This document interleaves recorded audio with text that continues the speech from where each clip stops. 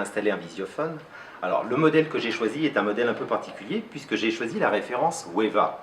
Weva est un visiophone sans fil, c'est-à-dire pas de fil entre l'extérieur, c'est-à-dire la platine de rue, et l'intérieur, ma maison.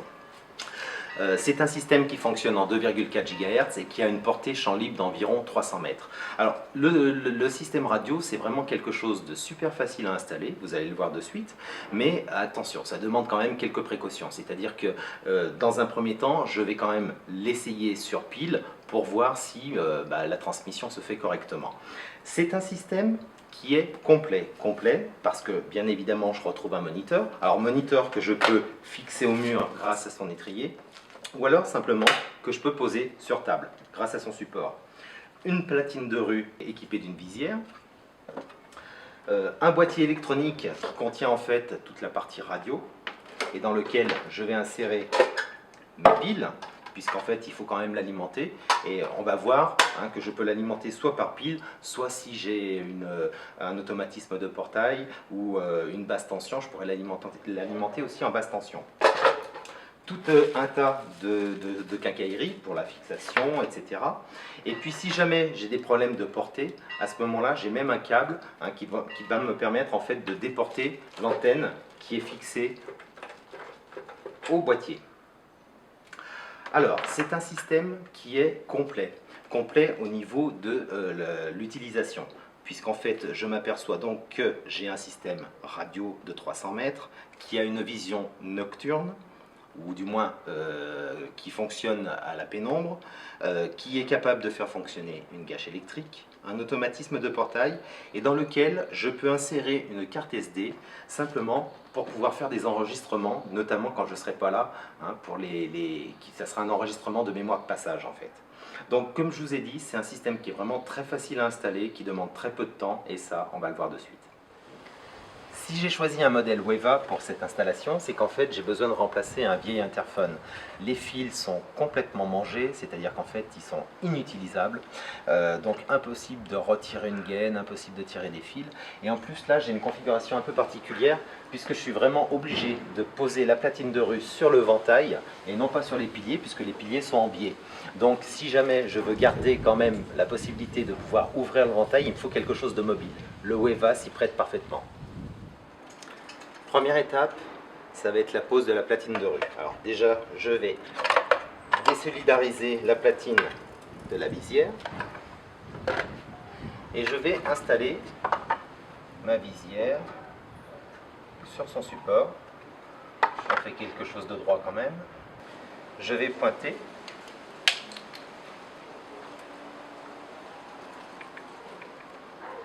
Et je vais fixer. Alors là, il s'avère que je le fixe sur le ventail en bois. Ça sera très facile, des vis à bois suffiront. Sinon, si ça avait été un pilier, à ce moment-là, il aurait fallu que je perce, je cheville et je visse après.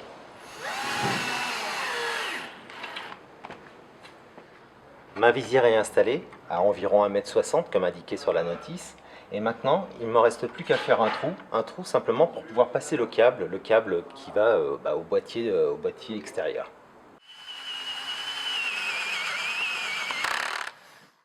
J'ai fait passer mon câble à travers mon portail et maintenant je vais installer le récepteur. Le récepteur s'installe le plus haut possible pour avoir la meilleure réception. Bien sûr, l'antenne est en haut à droite. Faites attention au positionnement du boîtier.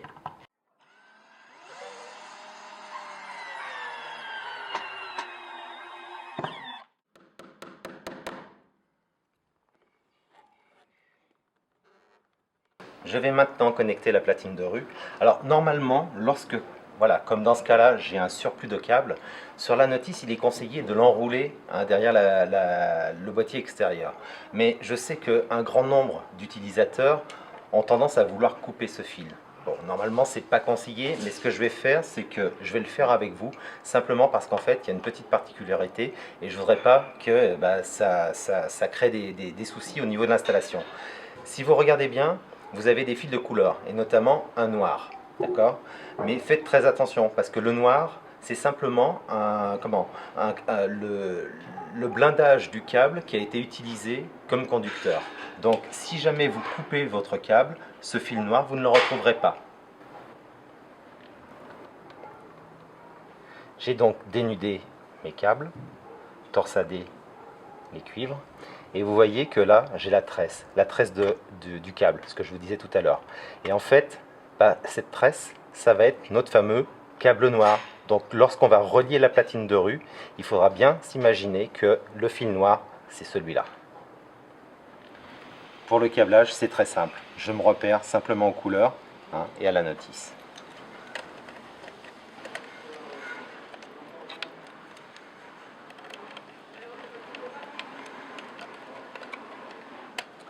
Et là, la tresse, surtout sur la borne dédiée au fil noir.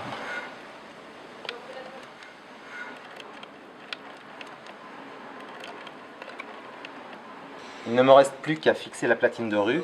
Juste une petite chose. Derrière, vous avez la possibilité de régler l'objectif si jamais l'angle de vision n'est pas suffisant.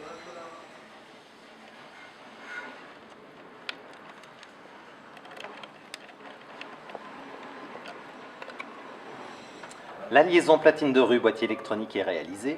Attention, si jamais vous devez commander une gâche électrique, n'oubliez pas de tirer 2 fils supplémentaires que vous connecterez sur le bornier lock. Tout comme si jamais vous voulez l'alimenter en basse tension via un automatisme ou une source de courant 12 volts par exemple, il faudra tirer 2 fils de plus pour venir connecter l'alimentation sur ce bornier et 2 fils supplémentaires si jamais vous voulez commander un automatisme de portail.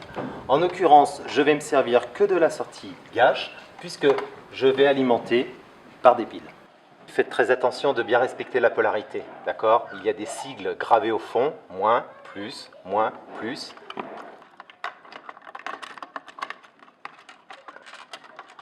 Mon installation extérieure est terminée, je n'ai plus qu'à visser l'antenne. Mettre le capot.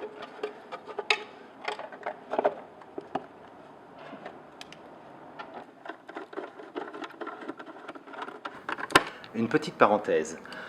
Concernant la gâche électrique, vous avez vu qu'on a inséré en fait 4 piles de 1,5 V. 4 fois 1,5 V, ça fait 6 volts. Vous inquiétez pas.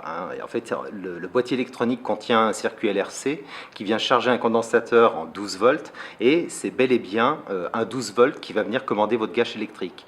La seule petite chose qui est importante, c'est choisissez bien des gâches électriques à faible consommation et à mémoire mécanique.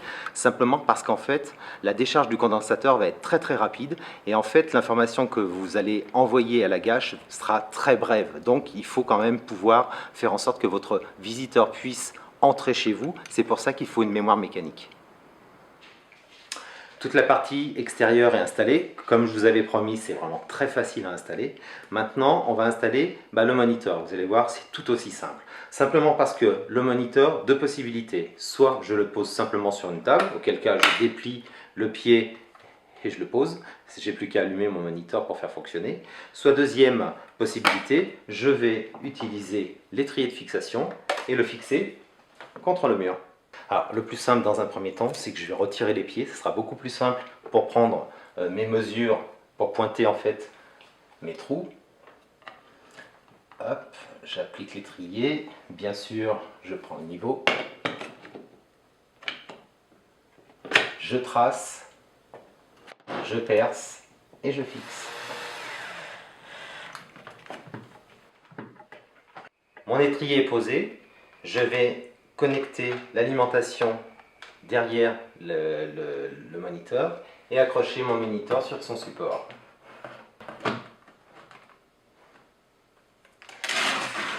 Je connecte l'alimentation à une prise secteur et je viens appuyer une petite seconde sur cette touche-là.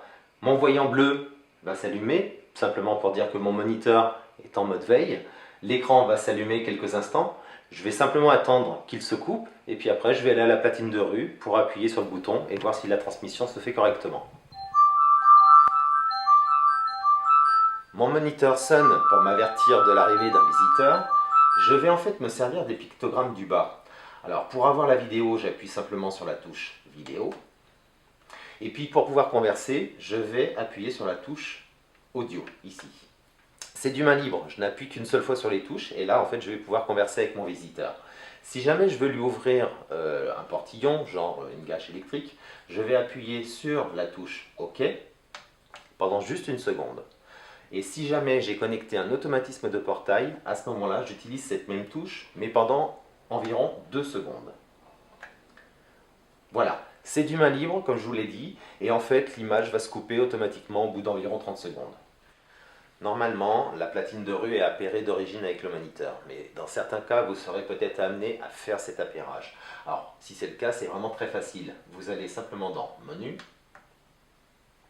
Caméra Setup, je valide par OK, je choisis Pairing, OK, et en fait, là, je vais avoir à peu près 60 secondes pour aller appuyer sur un petit bouton qui se trouve dans le boîtier électronique et qui s'appelle Pairing. À ce moment-là, le boîtier électronique va envoyer un code au moniteur et ils vont simplement pouvoir communiquer entre eux.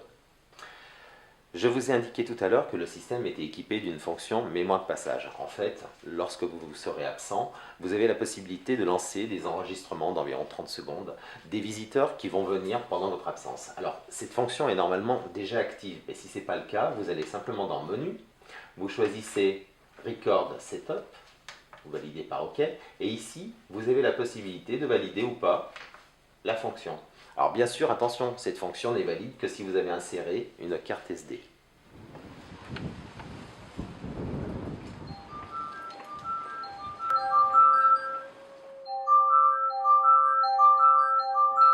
Oui, bonjour.